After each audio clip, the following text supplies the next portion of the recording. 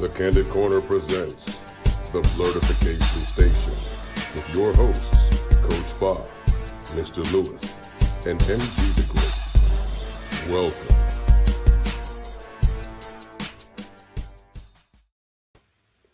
What's good, world? Welcome to the special episode. I am the vampire in Brooklyn, also known as Mr. Lewis.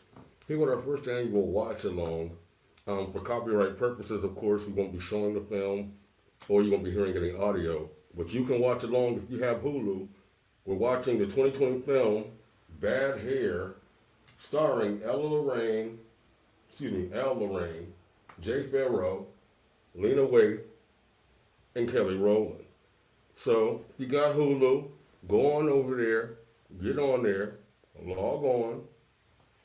We all gonna sync up at the same time so we can check it out, and we're going to press play. Now, somewhere along the line, I may go ahead and remove the cameras too, so, you might just hear me just talking and commenting, but it's basically just like a watch-along where you would do with friends, partner things. I had the other joints, they fell out though. Ridiculous, but hey. Matter of fact, these are stupid. Mr. Lewis here, Vampire in Brooklyn, Bad Hair, Blerdification Station, watch along for the Halloween show. Let's go on Hulu and let's do it.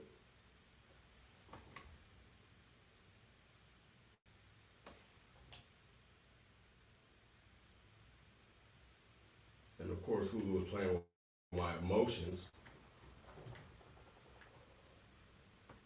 Pardon me, good people. I will let you know when to start. For now, let me wipe some of this fake blood off my chin.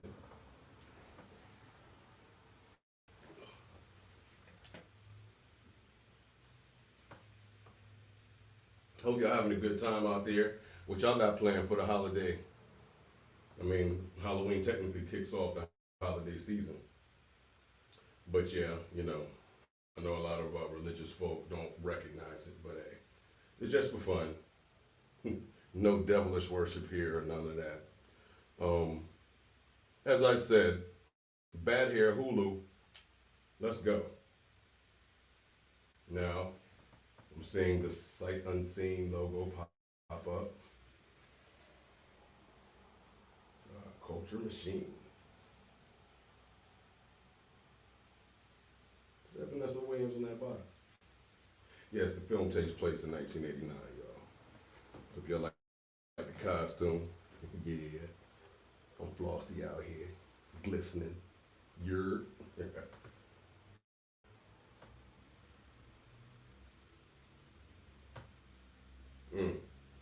remember those days watching my sisters and my mom used to put the little baby perms like just for me and all that in their hair. Hell, I remember that in the late 80s, the bulls we had, some of the young bulls, we had S curls and texturizers, sporting waves and all that. Just to make our waves a little more wavy and whatnot.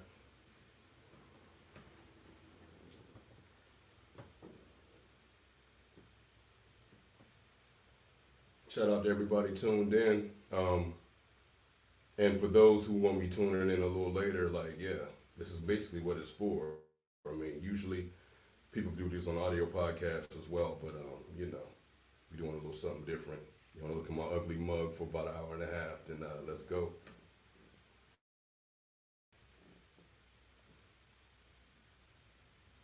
Uh-oh.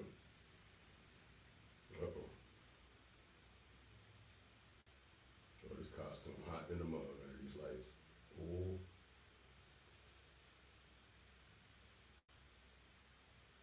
If y'all seen the Malcolm X film, similar to when Malcolm Little left that concholine in his hair a little too long, started burning.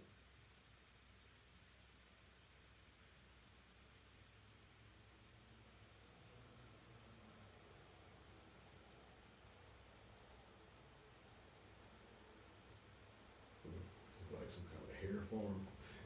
I haven't seen this movie since it just come out, so it's almost like watching it the first time again. I've watched so many films since then. especially during the pandemic when this came out, you know, in the height of the pandemic. And there's the title, Bad Hair. Los Angeles, 1989.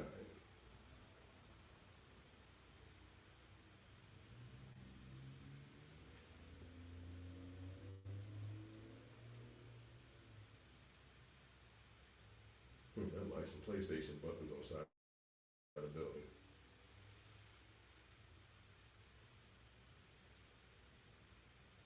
She still has the scar. I guess that is. I guess she has been cursed by the perm, by the perm demons.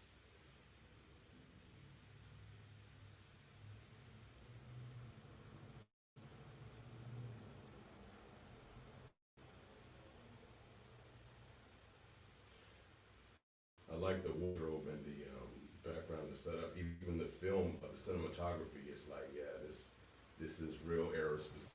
Like, for those who've been around as long as I have, told you, I'm a vampire. I've been around for hundreds of years. And back in the 1900s, they would yes, this was pretty much the look.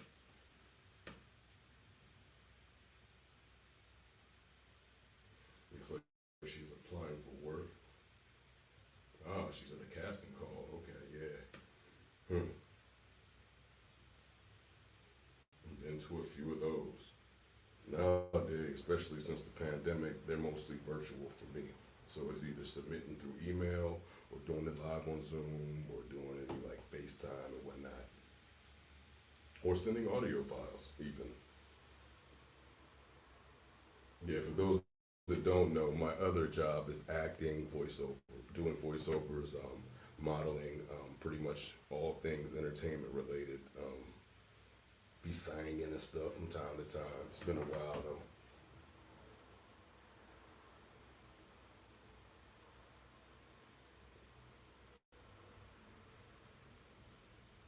Yeah, also check out my baby sis Coco Chantel. She can sing too. Download her single "Lose Faith." It's on all streaming platforms. Check it out. And if you're in the Central PA area, check out Lux Lash and Lingerie. It's my other sister Chanel's business. You and your man, you can go and get everything right. You know what I mean? Get your little facials, get your little spa day on. You know what I mean? So you can get out here, fellas.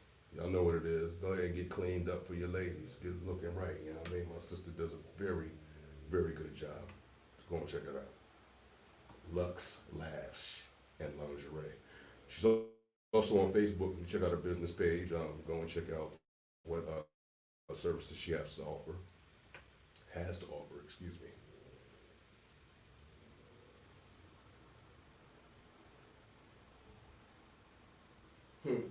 Goes to show how culturally clueless he is. Black disco shit. Like, really? 1989? You know, black people went into disco in 89. You so fake, Don Johnson.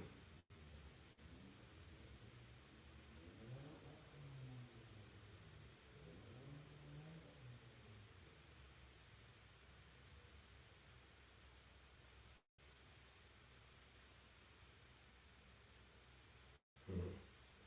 Yeah, New Jack Swing was starting to take off around this era, 88, 89, yeah. Jay Farrell. Hell, Lena Dunham looked like some sisters I seen around the streets in Philly and Bmore around that era.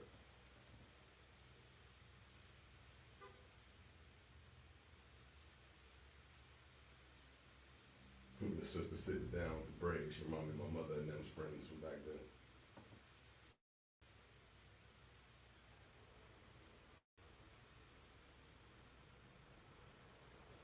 Hmm.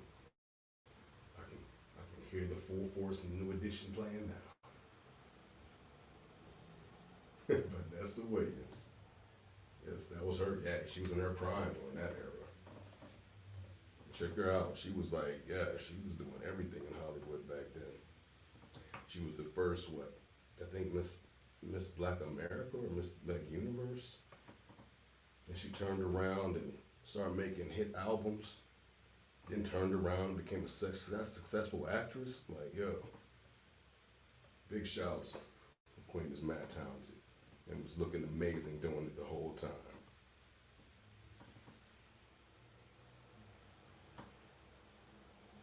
I know I'm being that annoying dude speaking through the movie, but how else am I gonna keep y'all interested, huh? You can check me out on my YouTube at Legervase, Legervese. Go like and subscribe. Also on Instagram and Facebook. You can go and like, follow me on there as well. TikTok as well. Fanbase and Blam Fam as well. You can also follow me on Twitch at the Black Lebowski 7. Probably be going live after this. Excuse me. Got the Gotham Knights game I've been streaming, showing people how to get down on that.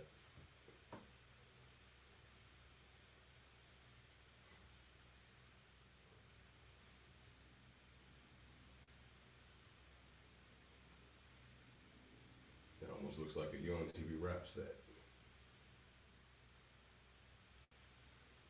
Jay Farrow.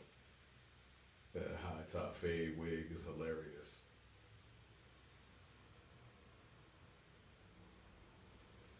Yeah, back then, yeah, I wanted my joint to like get up. My joint was taking forever to grow back then, so in Philly, I had the tape with the little pump action going, you know what I mean? Shouts to West Philly.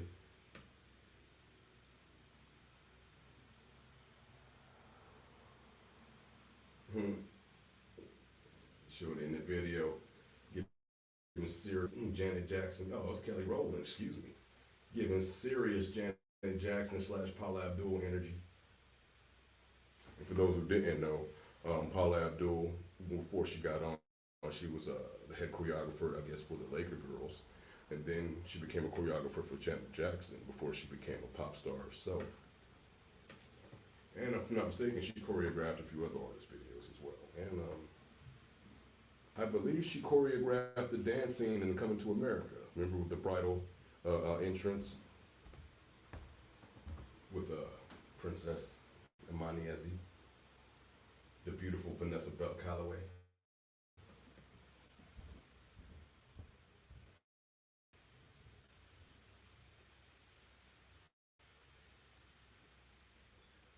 To which many of my homeboys agreed. We always thought she was hotter than the one Hakeem chose anyway, but both of them were gorgeous.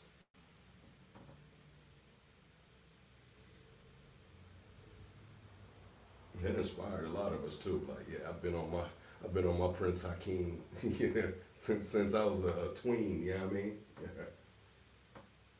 Even though it was a comedy, it's like, you know, being a young black kid, a young nerd, it's like first time ever seeing black people in a position of royalty, you know what I mean? So, gotta make kids feel good, you know? As they say, representation matters.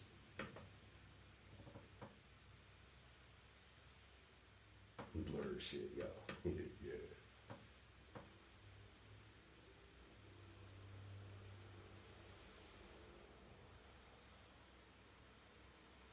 Jay Farrow's shirt looked like the background of A Living Color, like in the Living Color intro. And again, this was the era of cross colors and Benetton and all of that. Then I think about a year or two later, used jeans started popping up.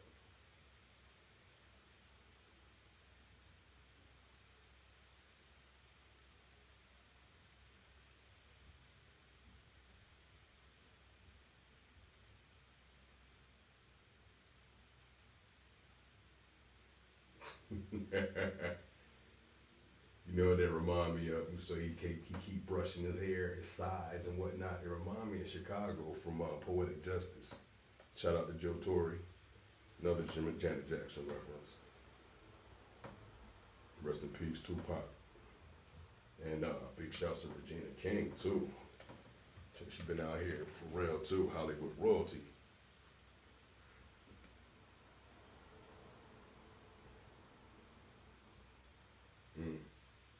Yeah, she learning that hard lesson and like, yeah,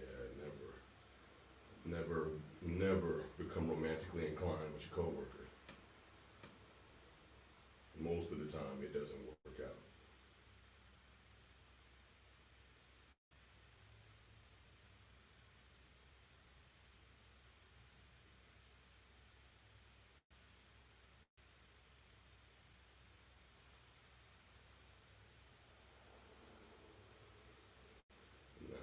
say, yes, I don't remember very many sisters proudly rocking natural hairstyles back then. A lot of them still had perms, and this is early in the weave era too. So it's usually like a lot of perms, a lot of micro braids, stuff like that. Especially in Baltimore around that time, micro braids with gold beads was really popping. And Philly, it was like, like Mary J when she first came out, it was like that with the blonde and the bamboo earrings, straight, round the way girl style.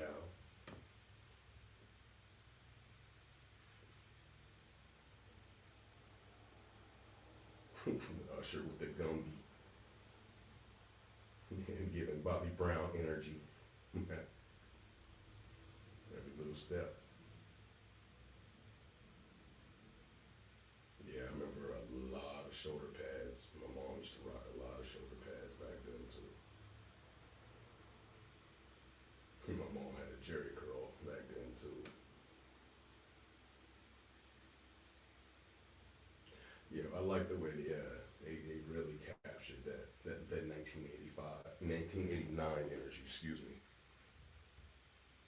If y'all just tune in to Hulu, watching Bad Hair live. As I say, for copyright reasons, I can't show you the film, can't play any audio, but if you got Hulu, you can tune in, watch along right with me.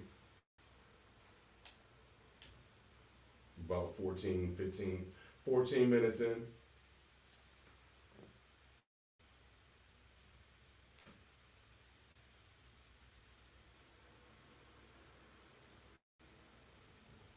Yes, this is the Blerdification Station. This is our first annual watch along, and got my vampire Brooklyn style going. I had to take my fangs out. They was messing with my speech. I can't conversate with y'all and whatnot.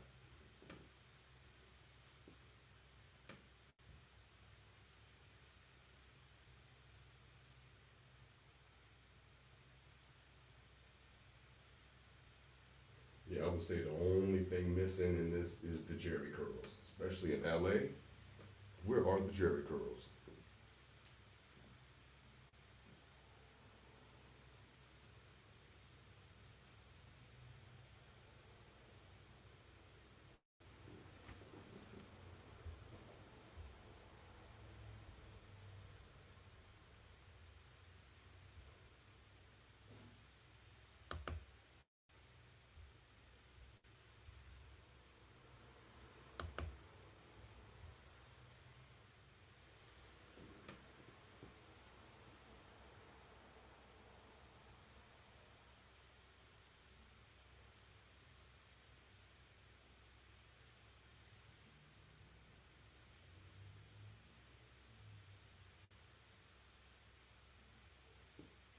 Vanessa Williams is playing her boss. I'm assuming she's the manager. Old Don Johnson looking dude, I'm sure, is the CEO. So I've seen this before, but not since it just came out. So it's like watching it the first time again for me too.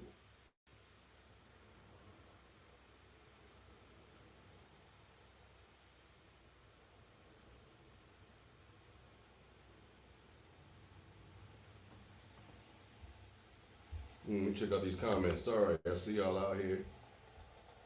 Well, thank you. Big shout out to my wife. Love the support. Appreciate you, Queen. Shout out to everybody else tuned in. Appreciate you. Hope y'all having a good time.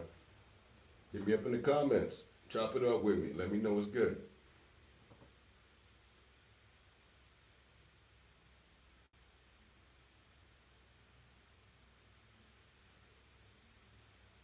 All right, thank you. The background, yeah. Actually, this is an old background from my ship podcast.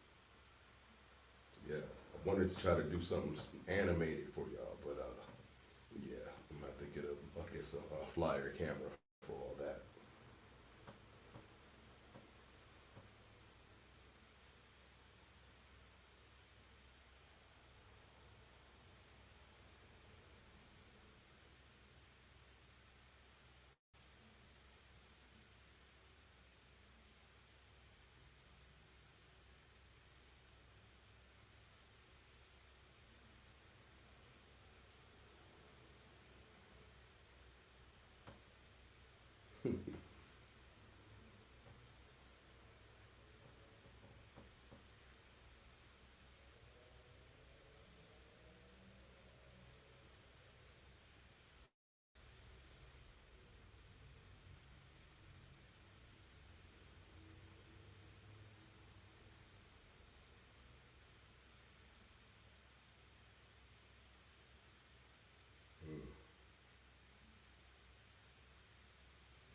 this was also the era too that made me inspired to want to get into entertainment. Just seeing all the different things that the culture was doing, as far as hip hop. I mean, Cosby Show was at its height.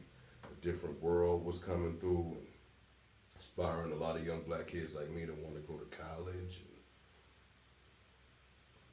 And the Cosby Show showed us that yes, it's possible for us to be success. Pardon, so to be successful. You know what I mean? Because yeah, from my perspective at the time, it seemed like the only options I seen growing up was either joining the military or basically finding illegal means of getting rich. You know what I mean? Or working, trying to find a factory job to work in for the rest of my life, which is nothing wrong with that, at all. But always wanted to do something else, and it seemed the arts called me, and then just knowing my background, my family, and all that, it just seems like performing arts was more than likely going to be my career choice, one way or another. I'm not gonna sit here and brag on myself and give you a whole biography. You have to do the research yourself, y'all. For those that know me, y'all know what's up.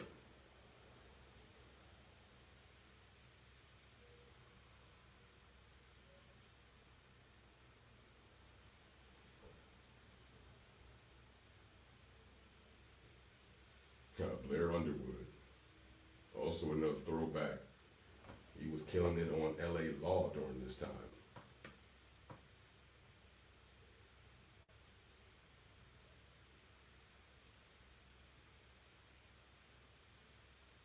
My mother had an outfit similar to what mine's rocking, a little denim joint with the sparkly.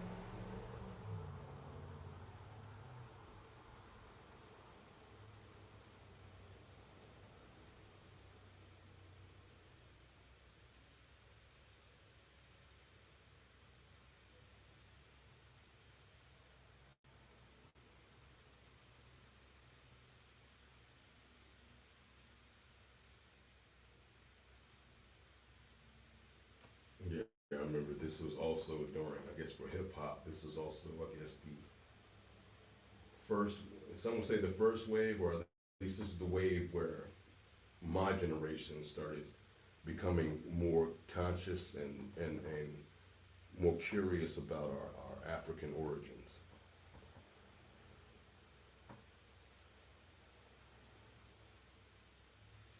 and about the diaspora as a whole. To which, fast forward after, towards the end of '89, I ended up going back overseas, and that's when, I was exposed to basically the African diaspora. And it changed my mind, changed my life, changed my thinking forever.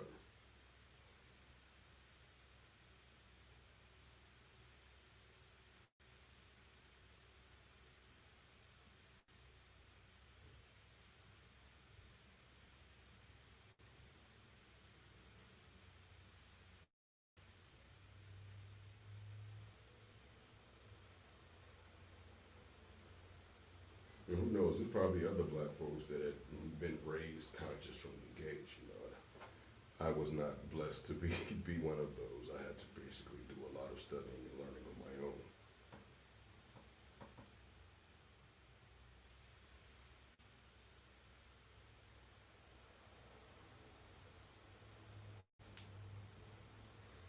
Yeah, that part is, even today, it's relatable. As even though you're in the industry, and things are popping, that don't mean that you got money rolling in. Oftentimes it takes years of work and self-investment before you start getting a return. The key is remaining persistent and consistent and motivated, because it's so easy to just give up and just, cash in your chips and go find another career choice. For those that are in it, we really love it.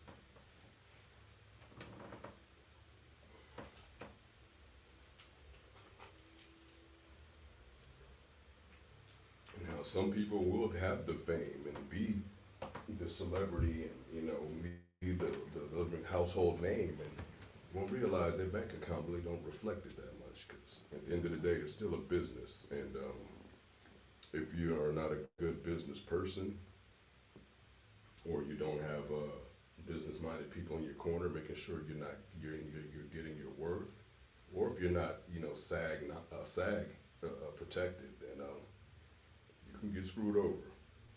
Just like any other part of the entertainment industry, we always hear more stories coming from the music industry, but it happens across the board, everywhere from cast and crew to superstars. That's why, well, at least from my advice, I've been told that yes, once you get to a certain level, it pays to have at least a manager and an entertainment lawyer. If you don't, really understand, or it's not that experience in navigating through this business. Get an accountant as well, but be wise, because there's so many stories of accountants robbing celebrities of their money because they trust that they'll take care of it. Like Fat Joe was the newest example of that. Excuse me. To where even if you got an accountant, you got to make sure you got an accountant watching that accountant, or you count every penny yourself like Scrooge McDuck. You know what I mean? All right, I'm gonna shut up.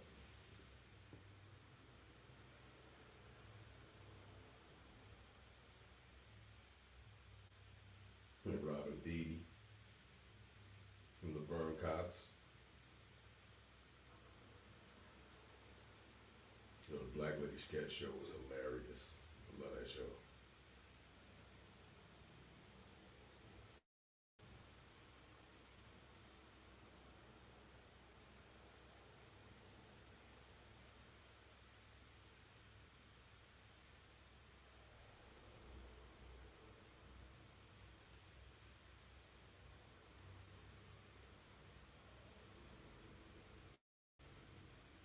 Oh, remind me of the Good Hair documentary Chris Rock did a few years back, Creamy Crack.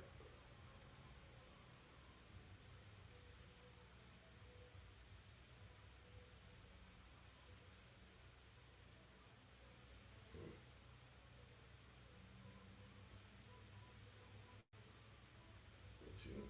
fell asleep and started dreaming. I remember, there's so many layers to this. It's like the magazine she got. I remember Jet and Ebony and other black magazines having similar ads and stuff like that. And then me being a naive kid, I thought it was just, as they advertised to get rid of like acne blemishes and scars and whatnot. But these were skin bleaching creams. They were low key telling, beautiful black women, just like the star of this show. She reminds me of my mother. Um, telling her basically that she's not good enough with her natural hair and her beautiful melanated skin.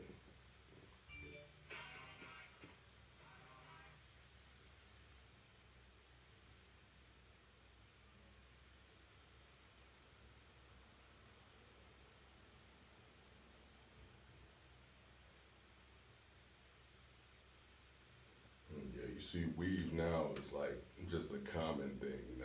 Back then, shoot, that was it was worse than having a Jerry curl if people found out a sister had weave in her hair, you know? Now I think about it, it was just all stupid, but you know, misogyny, self-hate, and all these other things we could talk about forever.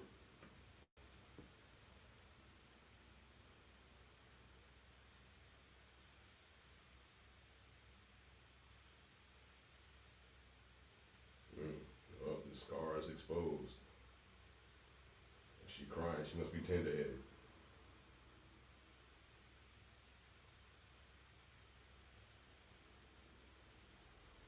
Mm. The only way they would make this more authentic is if she got popped in the back of her neck with a brush or something.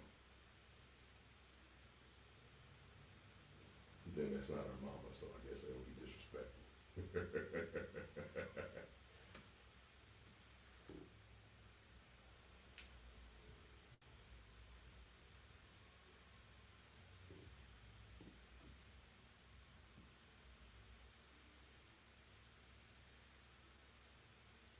Don't forget to check out Coach Fall in the Candy Corner as well. www.thecandidcorner.com. Excuse me. Thecandidcorner.com. Because if you go just to Candid Corner, you're probably not going to like what you see. So make sure you put that THE in front of it, y'all. Go back and check out past episodes. I used to co-host over there. Now I'm over here doing my thing.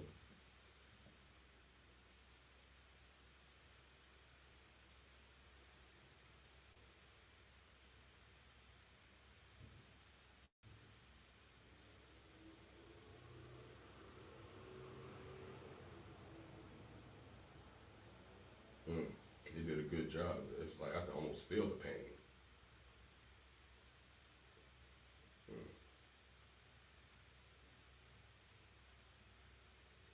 She passed out. It was so painful, huh?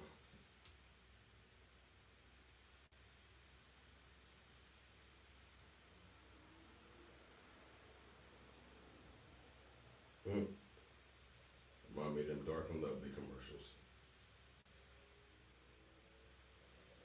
Used to come on during the Soul Train commercial breaks and whatnot. This program is brought to you by Dark and Lovely. I forgot the brother's name, but you know. The same brother that used to be like, this has been another Soul Train production.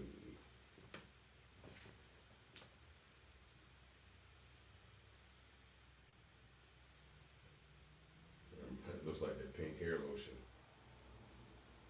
which is basically like the Queen Helene brand of a version of the hair moisturizer. Anybody who knows that Queen Helen cocoa butter, you put that stuff on, and you can see yourself getting ashy before you finish rubbing it in. So it was that pink moisturizer. You put some of that in your hair, your joint gonna be dry by lunch. The boom box.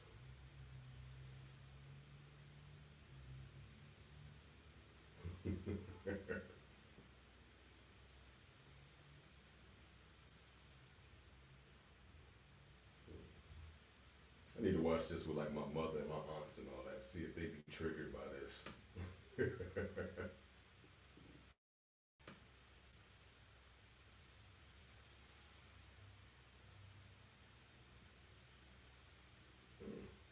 Didn't take painkillers for my head hurting so much. Washing it down with vodka.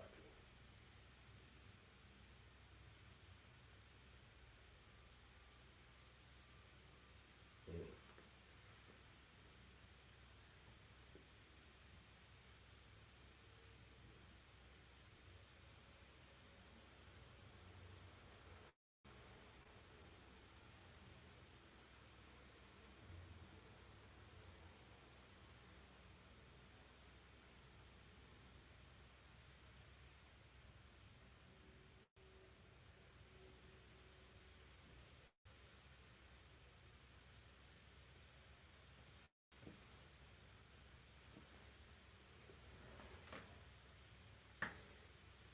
Yeah, yo, I'm a vampire in Brooklyn. Just without the Nick Ashford hair. You know what I mean? Took my fangs out because, it was like, yeah. I put the costume joints in, and no lie, as soon as I was about to get on air, the first one did, pew! So I said, you know what? Let me go with the backup hair. Backup hair. Y'all see this shit? It's ridiculous, ain't it?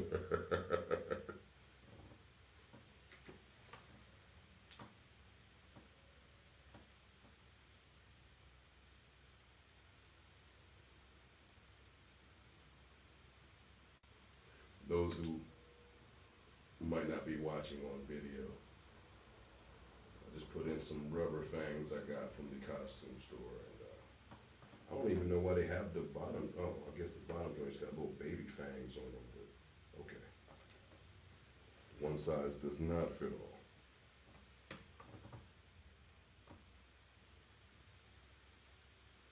First, they was the only wild beasts, the moss-haired girl. She's reading. Seems like she's reading a book of old black stories, Black American stories.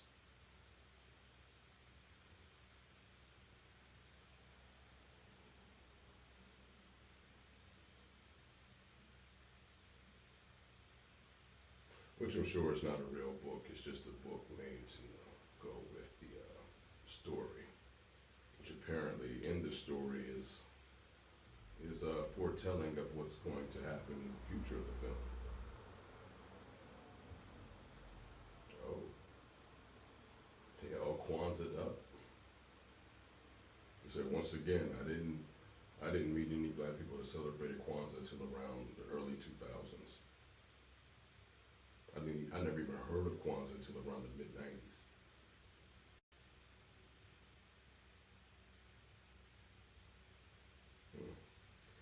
And when I was in college, being a non-traditional student and having, responsibilities, having to come home and take care of the family and all that other stuff, I wasn't able to do a lot of the extracurricular things my school had to offer. And the doctor who created the Kwanzaa holiday actually came and spoke, but I wasn't able to make it. Missed a lot of public speaking engagements. Missed Common. I did get to see Dr. Cornell West, but that's another conversation. Hope y'all enjoying yourself. Thanks for rocking with me. Hit me in the comments. You got any questions or comments? I'm in the section. Chop it up with me. If not, then let's continue to enjoy this film.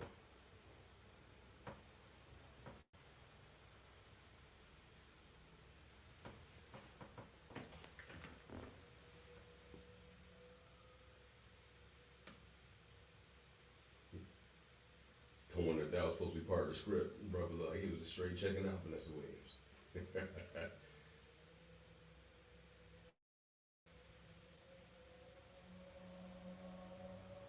Mm. And what's really funny though is my locks though. Like my hair is so thick and strong that back when I used to twist my locks, sometimes they would actually cut my fingers.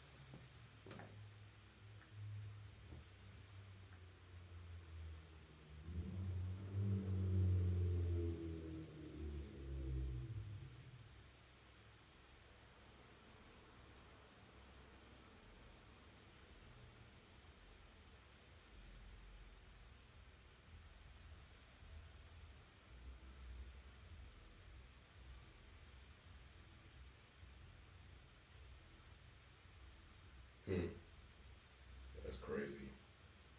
Her hair is now trying to go inside the little cut in her finger. Just not gonna investigate that further. Nah, just next thing she got a meeting, I guess. Shorty is loving her little braids. Those braids remind me of Big Les.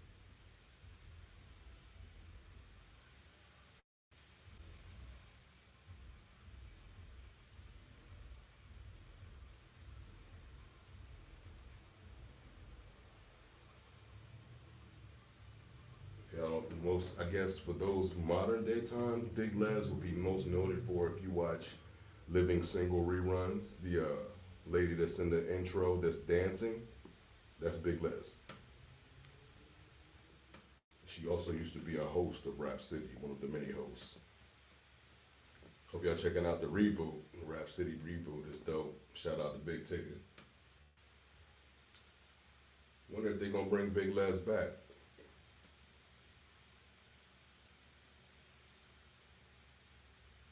Or maybe they have. I've only seen like maybe one episode so far.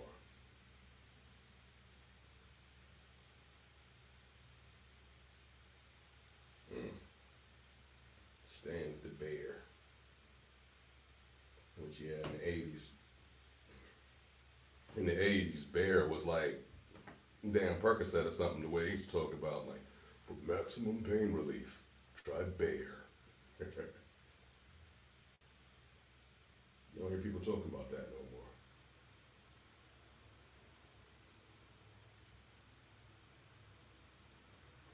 And again, I guess Motrin and Advil kind of elbowed them out the way.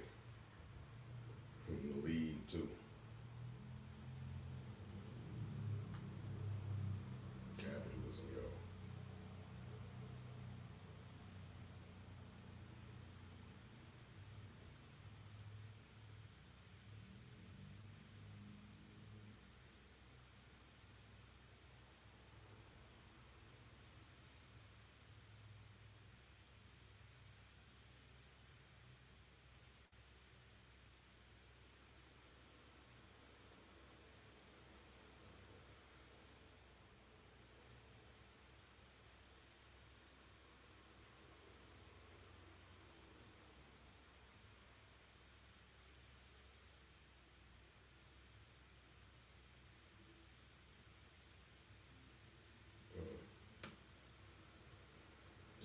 And sometimes that's how superficial the industry be. You can have all the training in the world, but if you don't have the look or the popularity, you won't get the job.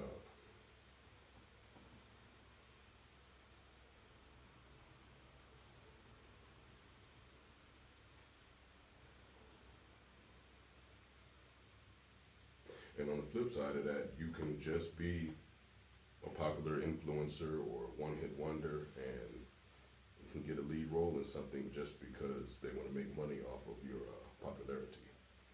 It's all about money at the end of the day because it's a business. And for those that want to get into this, I would suggest you take that into heart.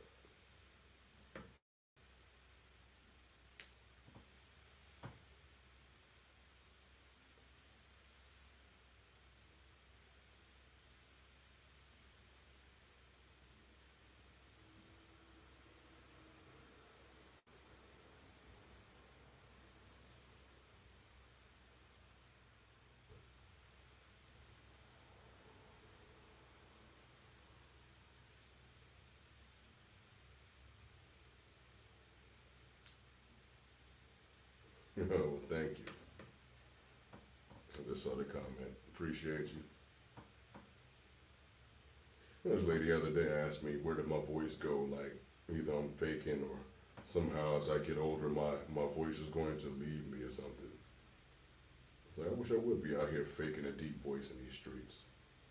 I'm a grown ass man, I got better things to do than be out here pretending to be something I'm not.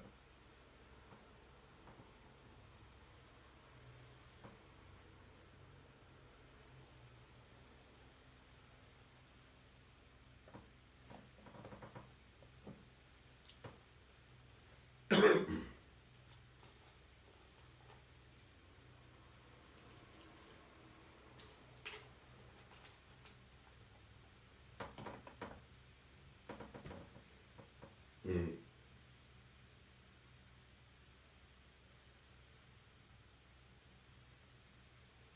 Like his name should be Reggie or something.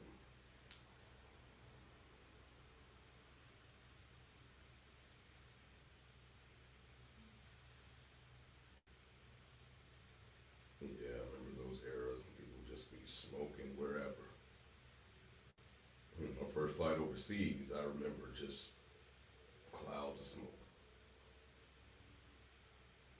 You trying to brush or comb through that? Oh, oh, what is happening? Oh, she had a nightmare. Something's happening.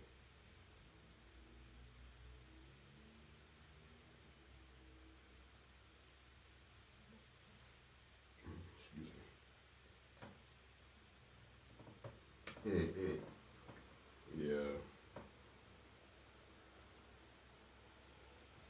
I often wondered if I had a daughter, well, you know, would this be one of the things I had to wrestle with? My wife, she's always been comfortable with her hair. You know, she's a proud Afro Latina, so she has no problems being all natural.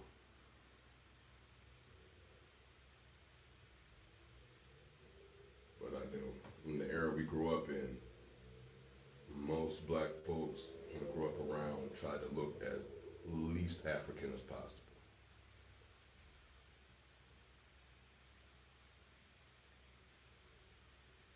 Which is ridiculous because there's no way. Most of us is, yeah, there's no way. I grew up with a lot of folks not even believing I was American because I was too dark or too black, so they thought I was Caribbean or straight from the motherland. Which either way is like, so what? But yeah, people be ignorant out here.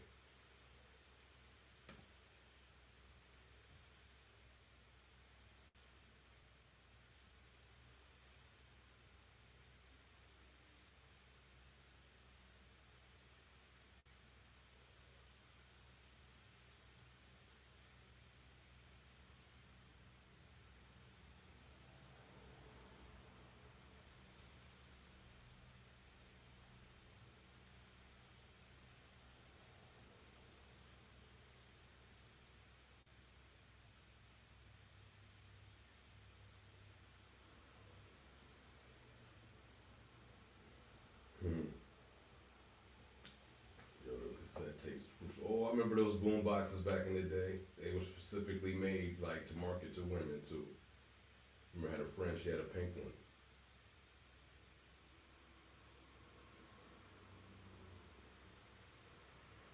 Well, you can tell somebody had that joint in their garage for decades. It looks old.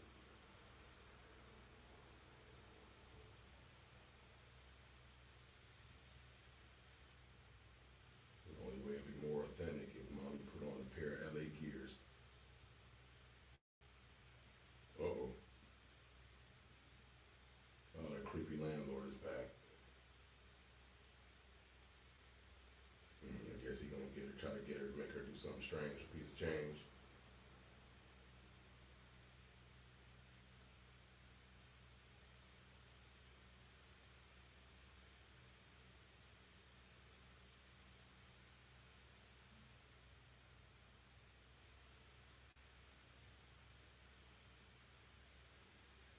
Mm-hmm. Yep, he on super creep energy.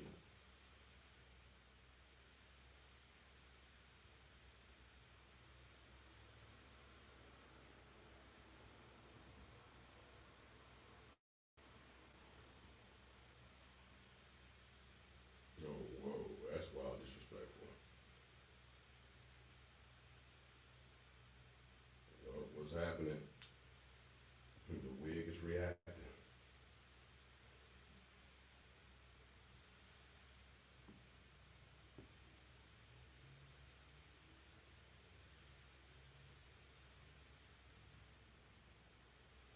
Oh, she just put a box cutter. Oh, too late. Oh, for real? You just gonna try to take it, huh? Oh, she got it. Right in the chest. Got him. Uh oh.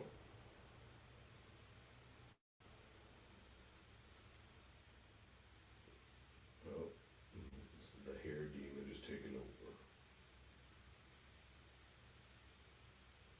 Mm-hmm. Sucks to be you, bro.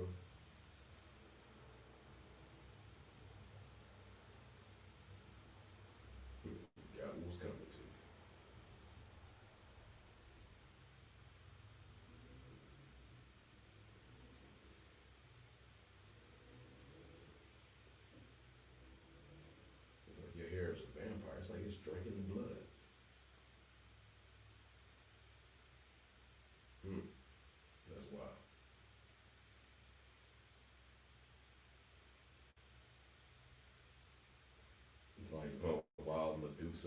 MCU energy. For those who know the Inhumans.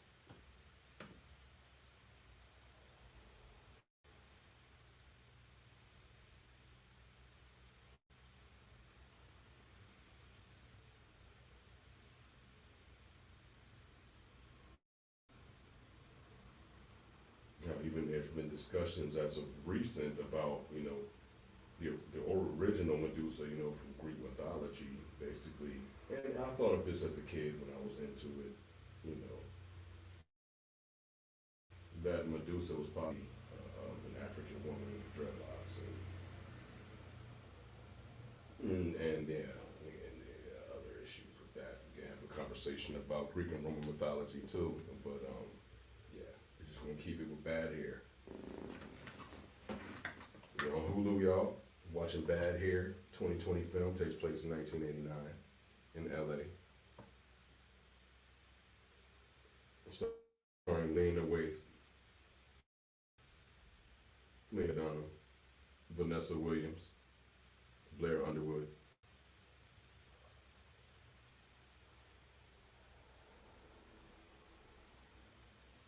And I really like when they do period pieces and keep it accurate with the times, because sometimes, you'll see a movie that takes place in the 80s or 90s, and for those of us that's there, you're like, man, that didn't happen that year.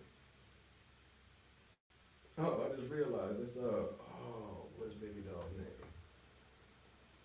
And the comedian from Nailed It. I can't believe I forgot her name right now. Nicole. Oh my God. Getting older sucks.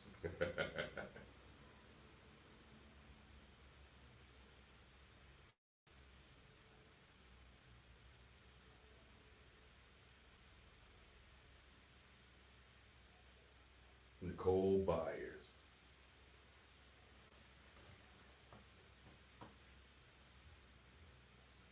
Very funny comedian. Say her show Nailed It is great too.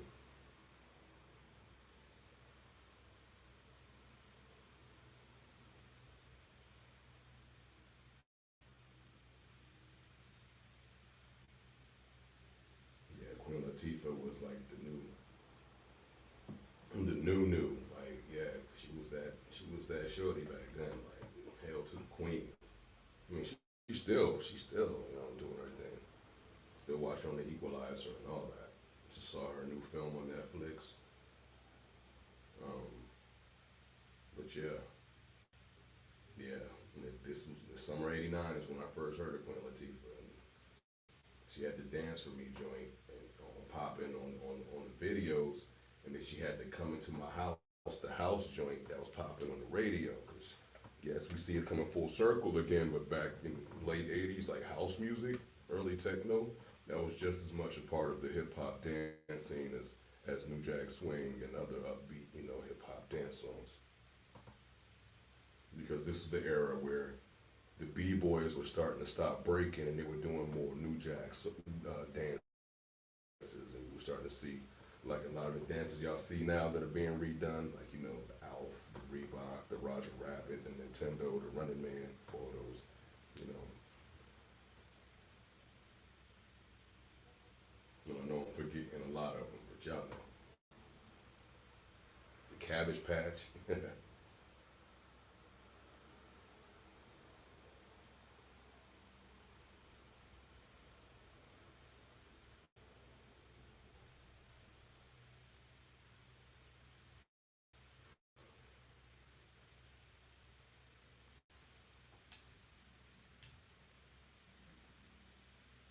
So we're about at the halfway point, a little past the halfway point.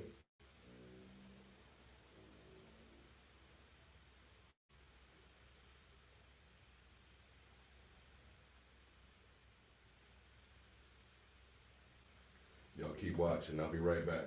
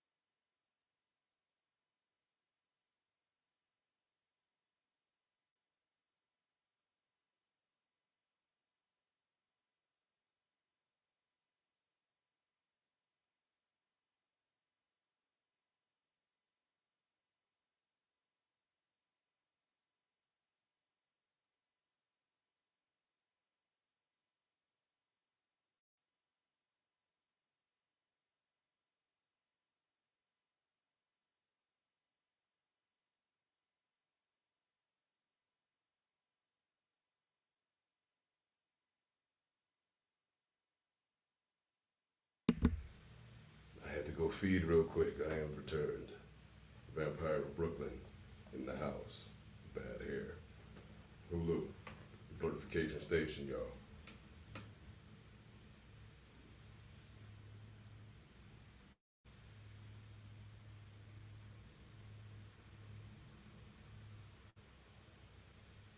Mm. It's becoming harder to tame, isn't it?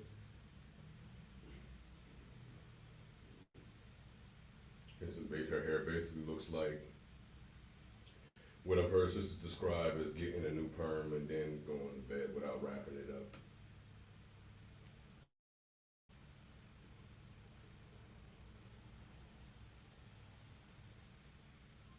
Mm. But this hair has a mind of its own. And oh, wow. For those who are watching, y'all see what's happening. I don't want to describe it because, yeah, eventually I'm going to try to monetize these things, so I don't want to make it too graphic and adult. You know what I'm saying?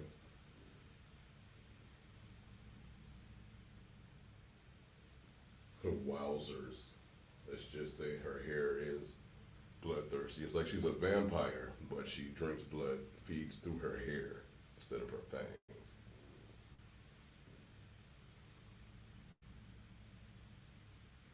And it's like her hair has a mind of its own. She is an unwilling participant in what's happening.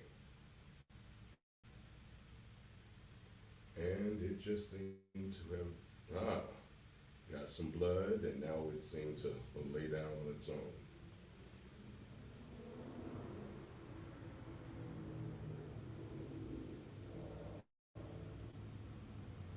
She reminds me of my mother when she was younger so much.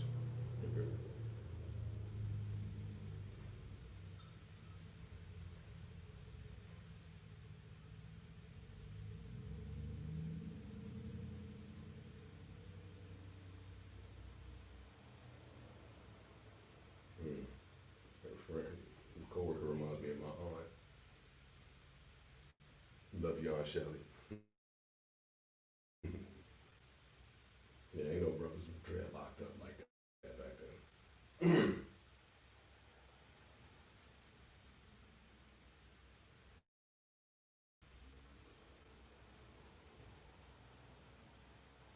And if they were more than likely Rastas. Yeah, brothers got roasted for having dreadlocks back then. Like I said, the more African, the more you got made fun of. The more Afrocentric. But this was also the time where native tongue was emerging, as I mentioned, Queen Latifah. People like Jungle Brothers, Tribe Called Quest, De La Soul, bringing all that to the forefront.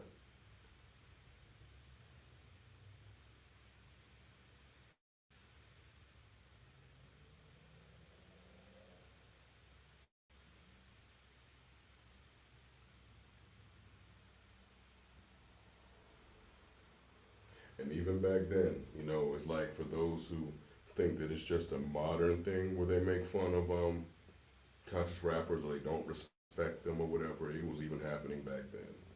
It's like the conscious rappers, the super dope lyricists, usually, well, back then it was like, especially during that time, it was like during that time, if you were a super dope rapper, post Rakim and Big Daddy Kane, um, cats would just straight steal your style, man, and just run with it. It's like all of a sudden, the no biting rule just got thrown out the window.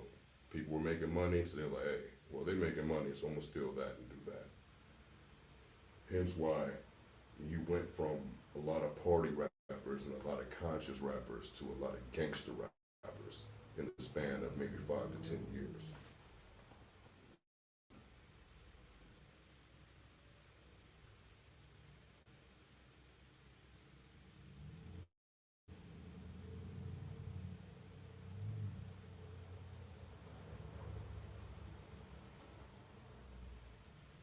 And then, yes, all of a sudden, all the rappers were cursing.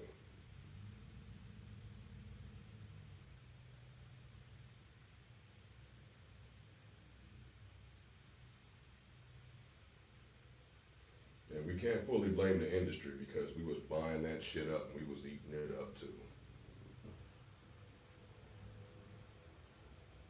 Kind of like today. It's like if we don't want what they putting out, then don't support it. Simple as that. Support what you like. Because if they don't make money off of it, they'll stop promoting it. They'll stop putting it out. See, the problem is a lot of y'all still like that shit. That's another conversation. Back to the film. Hell, I'm guilty too. There's some joints I still be banging to. I won't act like I'm innocent.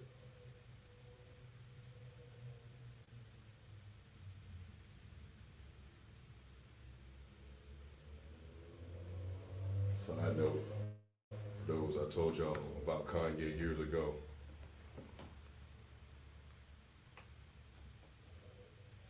Could give you that fatherly look like I told your ass, didn't I? I don't care about corporate hypocrisy. He still don't get my support.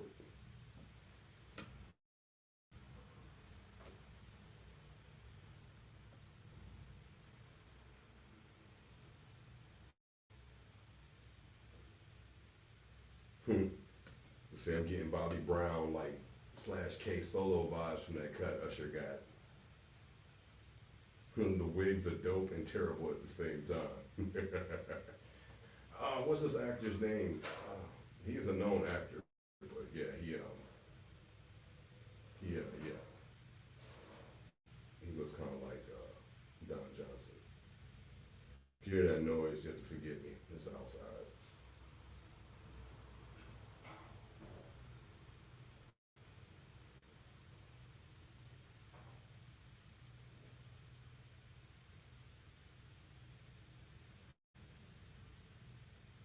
Mm.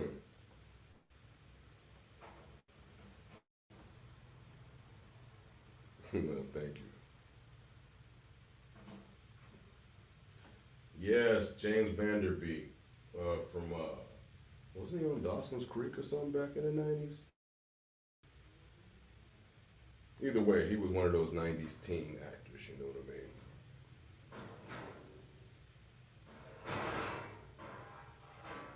Jesus, give me a sec. We have to go out here in silence. Some disrespectful minions trying to raid my castle. Must be Van Helsing.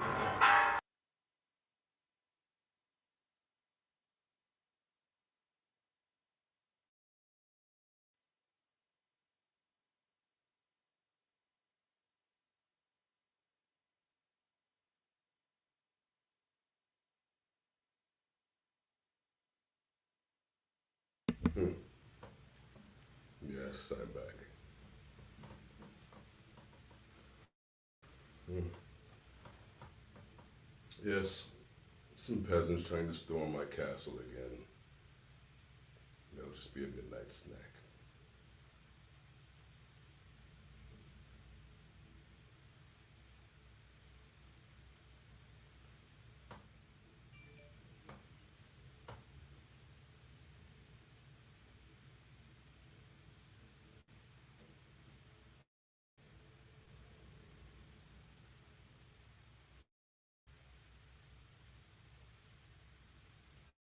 Hmm. Sure. Like he got an S curl too, or a texturizer. An S curl wouldn't be able to stand up like that. And I bet you smell like activator and high karate or brute.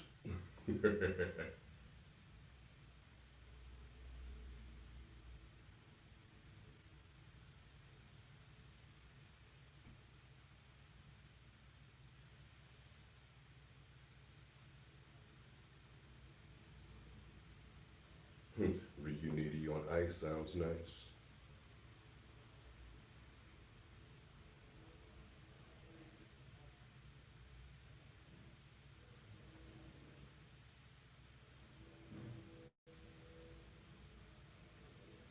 Hmm. Put on that Hey Love soundtrack, he gonna get it. Yeah, y'all know what's up.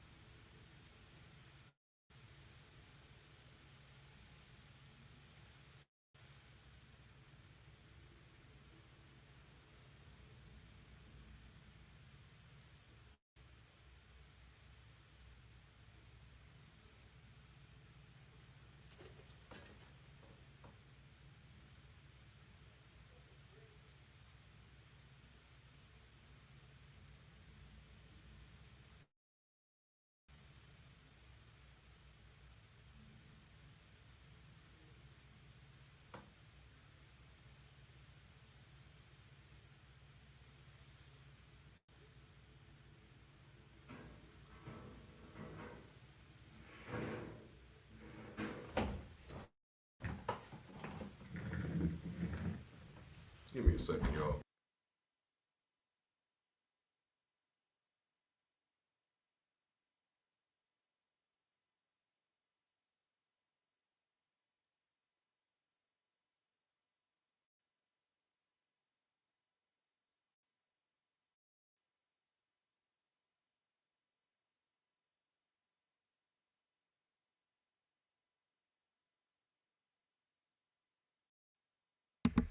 I got to break character and go outside for a minute. Like, sound like somebody really outside in my backyard. Just, just weird how the sound travels over here. Like, it'll sound like they in my backyard, but they across the street. You know what I mean? All right, back to this love scene. Oh, and she just finished killing Jay Farrow. Basic instinct style. And her hair is feeding.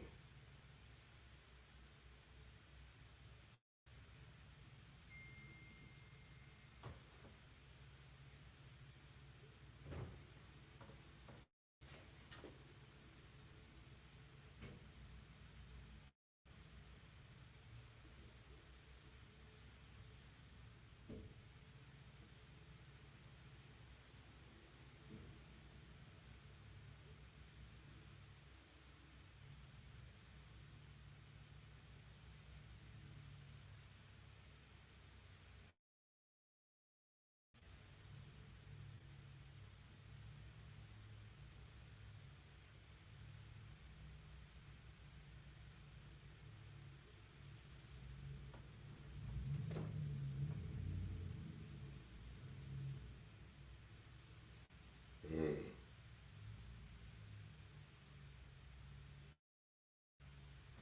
You know, one thing I notice about horror movies in general, all this stuff be going on, and most of the time, excuse me, the police are nowhere to be found. And if they are, the police be like the most inadequate. Is like if the police show up, they just there to basically be more casualties.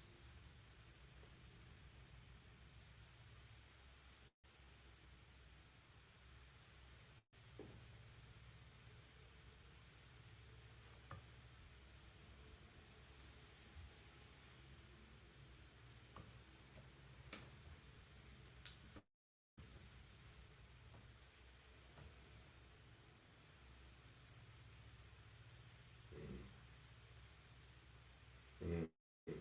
Looks like her hair is fully taken over. I wonder if it's like the more that it feeds, the stronger it becomes, and it's going to take over her mind.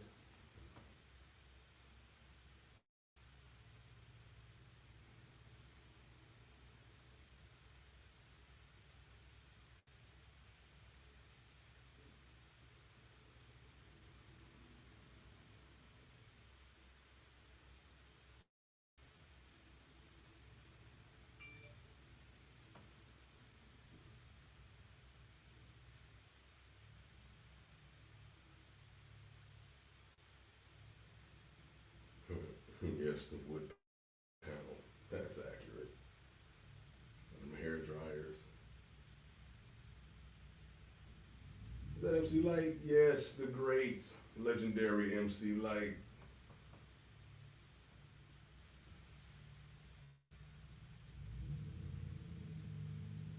As a matter of fact, yes, that look I told you Philly Shorties had, it was like they were trying to look like MC Light.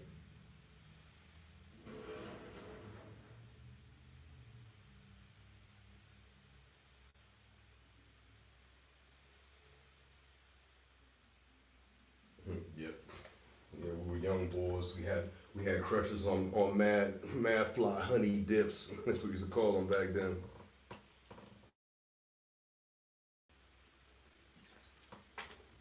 Talking all big like we knew what we was doing and all that.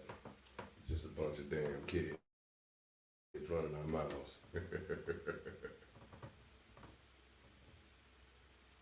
Mm. The layers in this movie.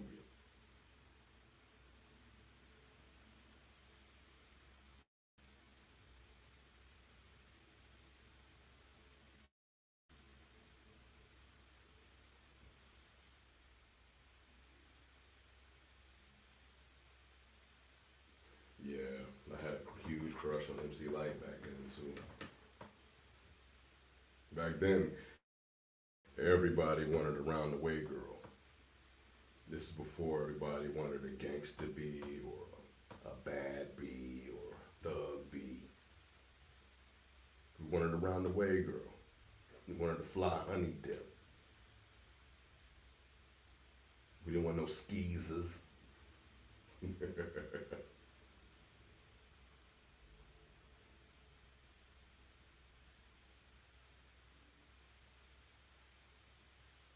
But I guess that's also like symbolic of like hip hop growing up. We went from liking like, you know, the cute girls to the beautiful women. Because now we grew up and became men.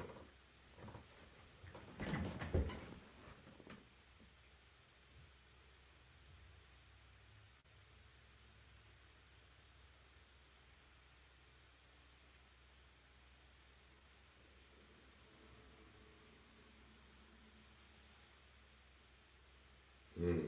Uh-oh. Oh no. Oh, you done killed MC Light. This hair is out of control. You done killed the conscious sister that tried to school you. Oh, you gotta run. Oh, Lord. Shorty with the braids and the jean jacket. This girl had a crush on in Baltimore back then around that time. I crushed on a lot of girls growing up.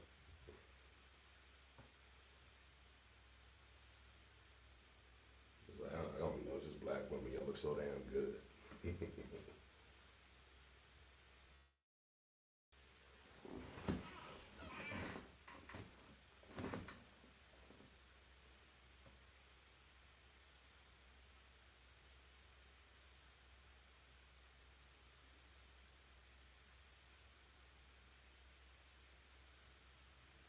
Even though it's not a horror comedy, to me it's like there's some hilarious parts in here.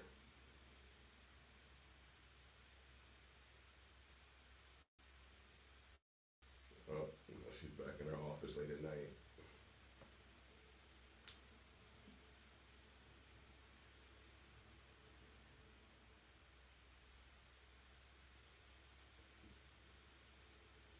Mm. Oh, this is another hair demon. Hmm. So it's the question: is she cursed by the same demon, or is it the hair weave itself that activates the demon?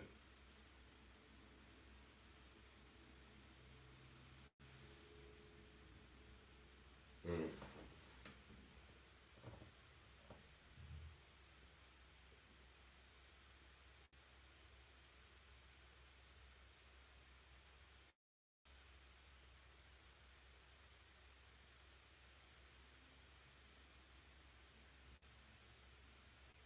I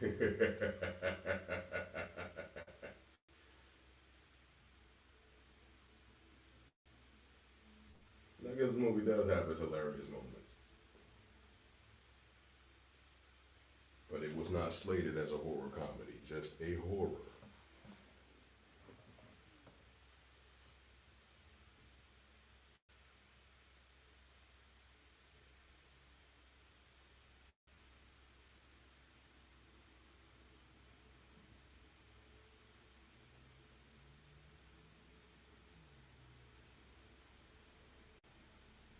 Mm.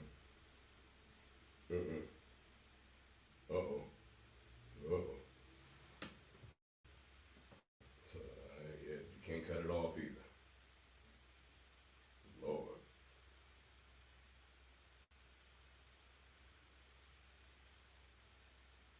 Damn. So is the demon hair white supremacist too? Is it straight up hunger like a lynch?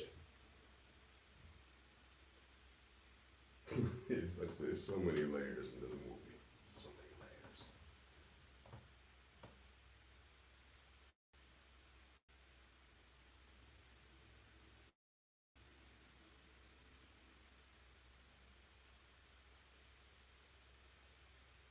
Mm-mm. did you go home? Thing might kill your family, ma. Excuse me. I guess she had nowhere else to turn.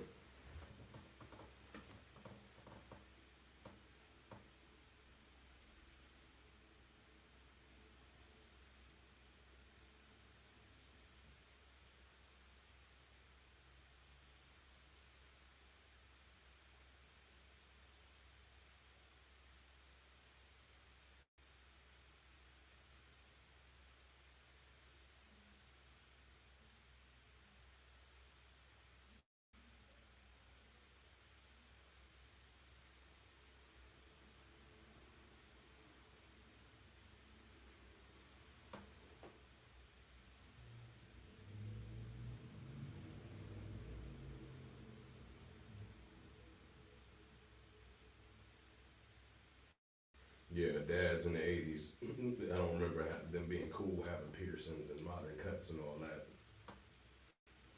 They look like your George Jeffersons and Fred Sanfords. And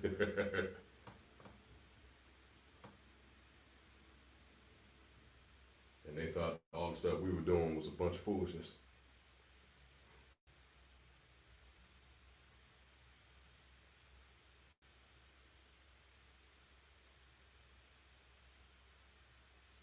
Even though you walk by their room, or hear them in their car low key bumping some NWA or some Biggie or Tupac or something, you just look at them like, mm-hmm.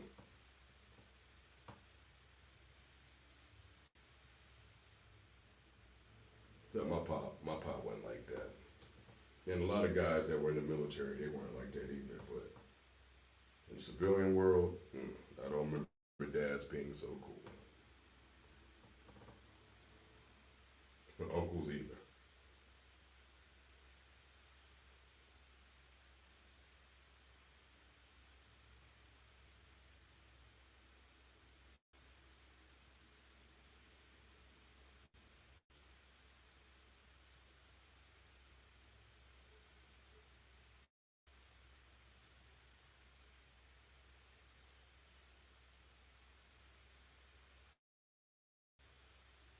Mm. Like she's at a new company.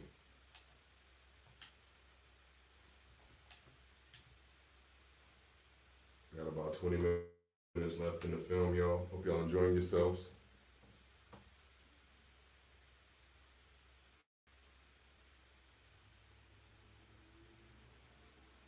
This lady looks like my aunt again.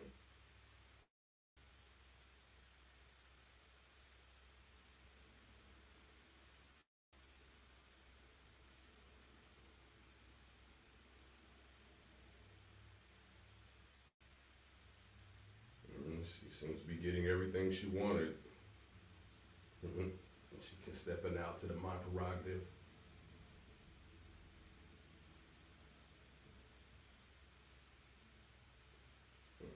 So I guess she's trying to be like I guess you can say another Oprah of the era. Oprah was a queen of this era.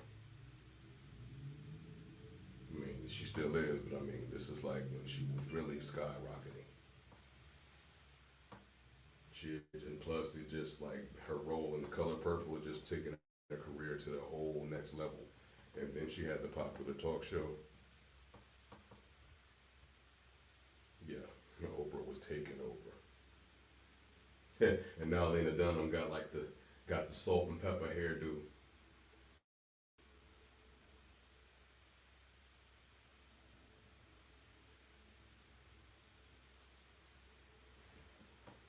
Yeah, salt and pepper were at their height during this time too.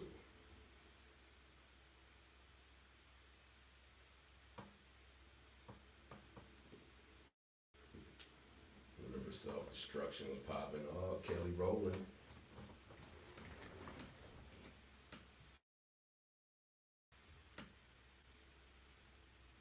One thing I've noticed too, they don't give her props enough. When they mention Final Girls, they never bring up Kelly Rowland. Y'all forget she was the final girl in Freddy versus Jason, and she did her thing too. Jay, I need to put respect on her name when y'all talking about Final Girls.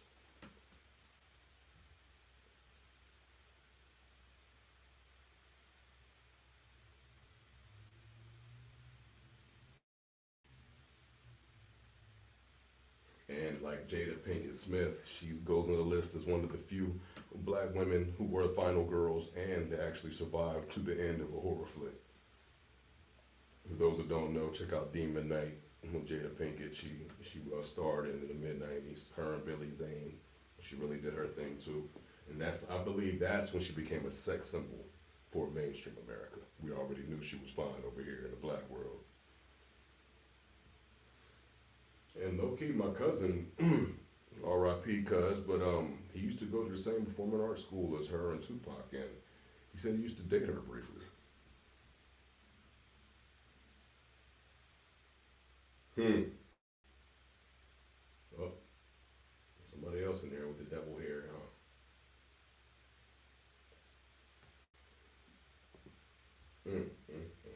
It's getting crazy, y'all. Like the hair is becoming itself, its own self, its own being.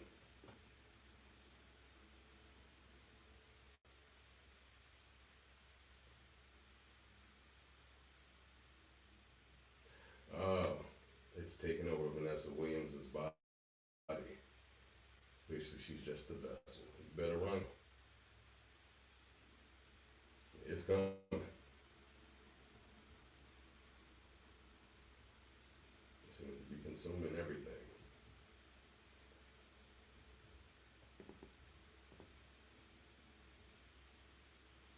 I said big shouts to the wardrobe, whoever did this. Yeah, they all did a great job of capturing that whole look of the late 80s.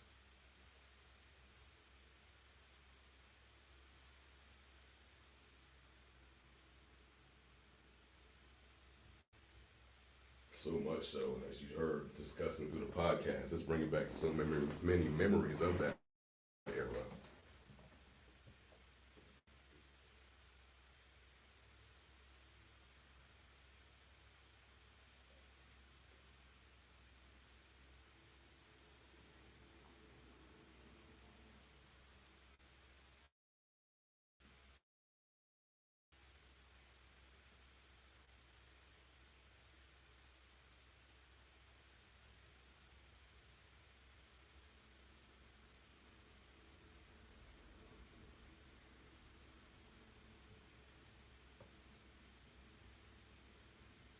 Yeah, I remember so much happened in '89 for me. We moved back to Philly briefly, spent some time, spent the summer in Baltimore with cousins. Ended up back overseas by end of the year. We were there just in time to see the Berlin Wall come down. I used to have a piece of the wall, but God knows what I did with it. That was like 30 years ago.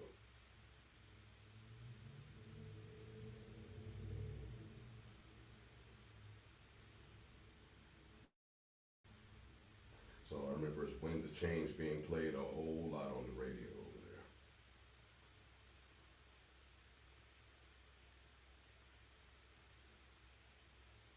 That was like the soundtrack to the end of the Cold War. Now look where we at 30 plus years later. Like we about to go back at it. Hopefully not.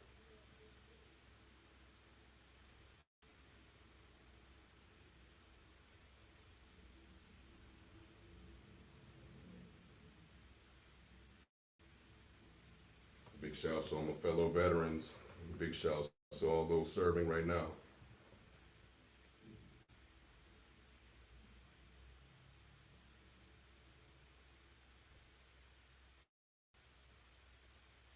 There you go.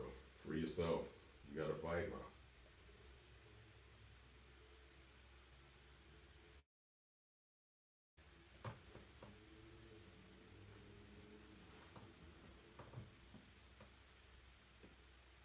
Oh.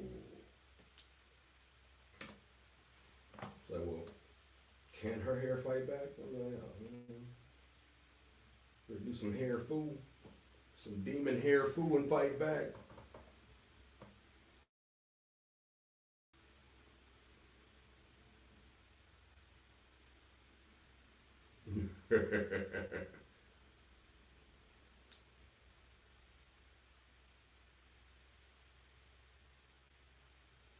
Chill, she do. Lena Dunham do kind of look like Pepper with that wig on.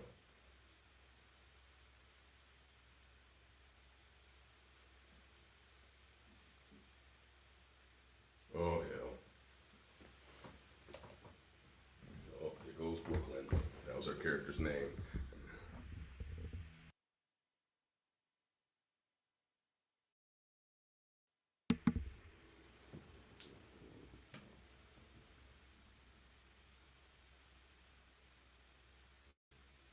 Hmm.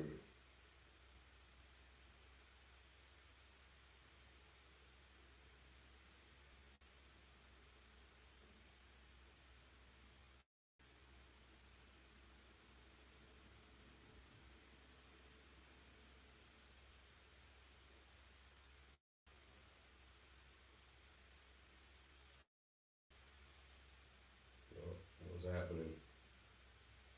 The hairs are commingling. Oh, like all her nightmares are coming true. What you about to do, ma? There you go.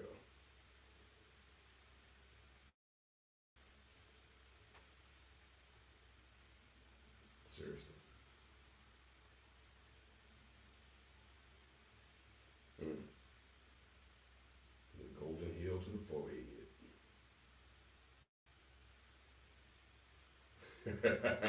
Looks like Brooklyn survived.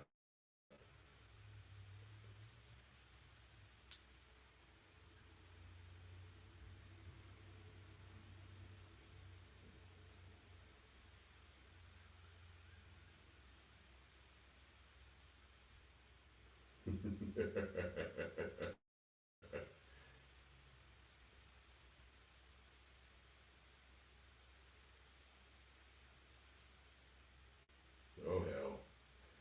And Brooklyn is dead again.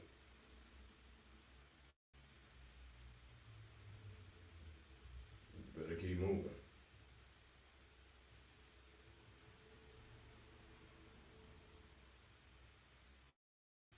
Oh no. There's multiple hair demons now.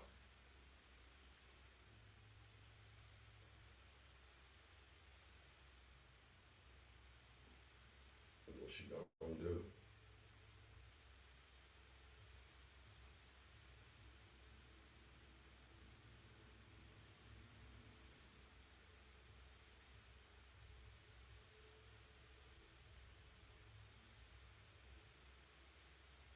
Hmm.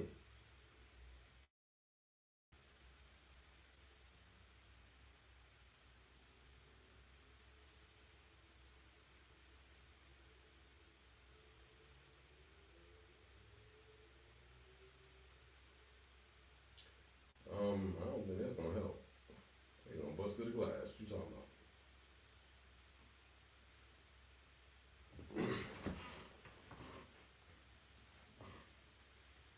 We're almost at the finale, y'all. Oh, she found a burner.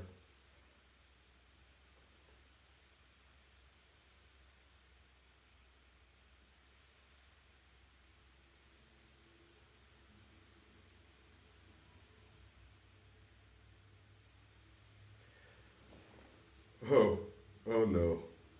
Oh no. It's just a lighter.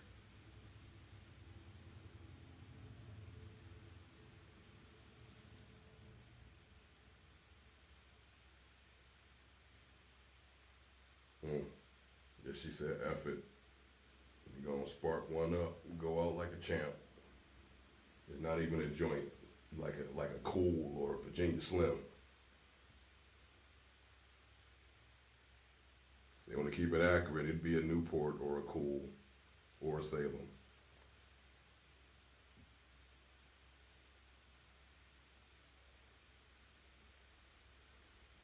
Oh, oh, the kryptonite, as we all forgot.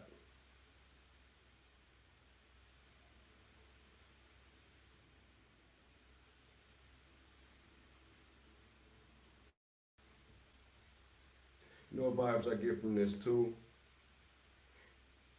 Those older heads might remember Death by Temptation. starring the brother who played Daryl on Coming to America, Eric LaSalle. Check it out if y'all haven't seen it. Kadeem Hardison's in it as well.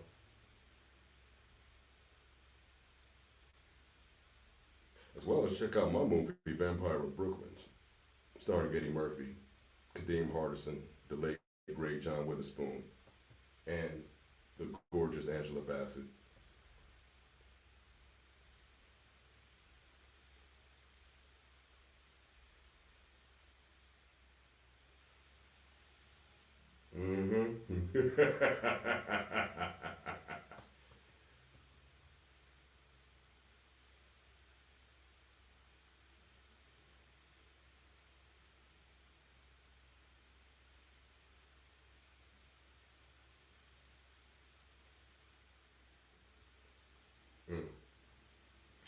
Looks like she won. Now she's reading the ingredients in that pink moisturizer. This is symbolism too, because a lot of these chemicals be in the hair products we put in our own hair. And just from what I learned early on, when I started with my locks and hair care, they basically told me, if you can't pronounce the ingredients on that moisturizer, don't put it in your hair. And I know that's easier said than done, but yeah. And from time to time, I wouldn't listen, and I would go back to the old ones, and I would always pay the price. It would be like build up in my locks, or they throw off the pH balance, or they start breaking off. Yeah, for as long as I've been growing them, my locks should be way longer, but I had a lot of breakage.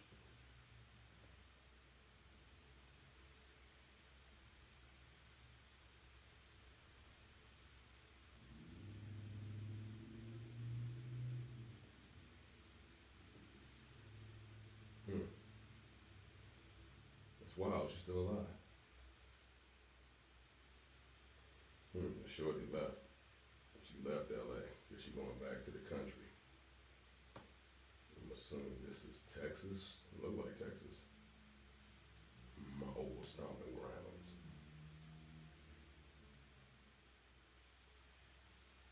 Oh, they shipping the bodies there.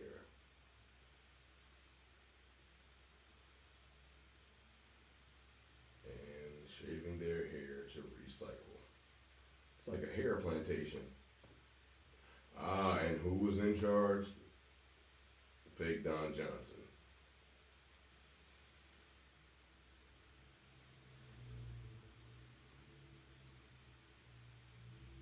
Vanderbeek.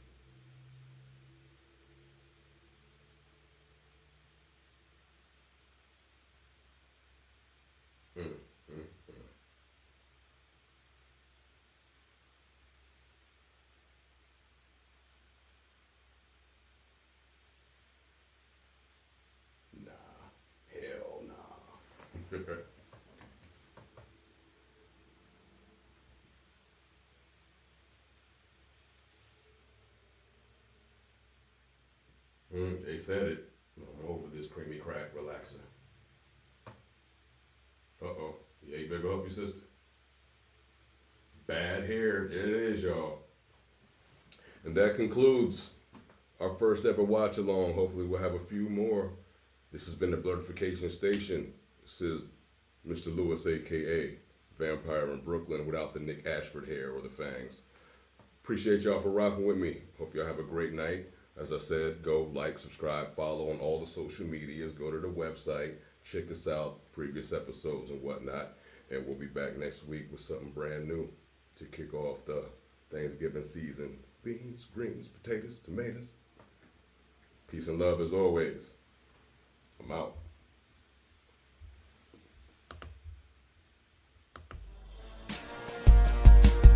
The Candid Corner presents the Blerdification Station with your hosts, Coach Bob, Mr. Lewis, and MG the Great. Welcome.